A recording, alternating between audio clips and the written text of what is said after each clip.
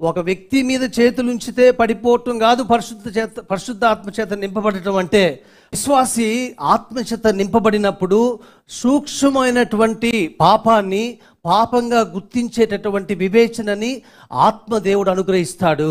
ఆయన వచ్చి పాపమును గూర్చియు నీతిని గూర్చియు తీర్పును గూర్చియు లోకమును ఒప్పుకొన చేయును. విచారకరమైన విషయం ఏంటంటే, ఒక ఆత్మ సంబంధి, ఒక విశ్వాసి తప్పు చేస్తున్నప్పుడు, పొరపాటు చేస్తున్నప్పుడు, సూటిపోటు మాటలు మాట్లాడుతూ ఉన్నప్పుడు, కత్తిపోటు వంటి మాటలు మాట్లాడుతూ ఉన్నప్పుడు, కపటపు మాటలు మాట్లాడుతూ ఉన్నప్పుడు ఆ విశ్వాసి గ్రహించడం లేదు. కానీ ఒక అవిశ్వాసి చెప్తున్నాడు చూసి, అతనేంటి అట్లా మాట్లాడుతున్నాడు, మీలో కూడా ఇటువంటి తారతమ్యాలు ఉంటాయా, ఇటువంటి కపటపు నడుతుంటుందా అని ఒక అవిశ్వాసి చెప్పగలుగుతున్నాడు. కానీ విశ్వాసి ఉన్నటువంటి వ్యక్తి ఎందుకు గ్రహించలేకపోతున్నాడు అనేది ప్రశ్న.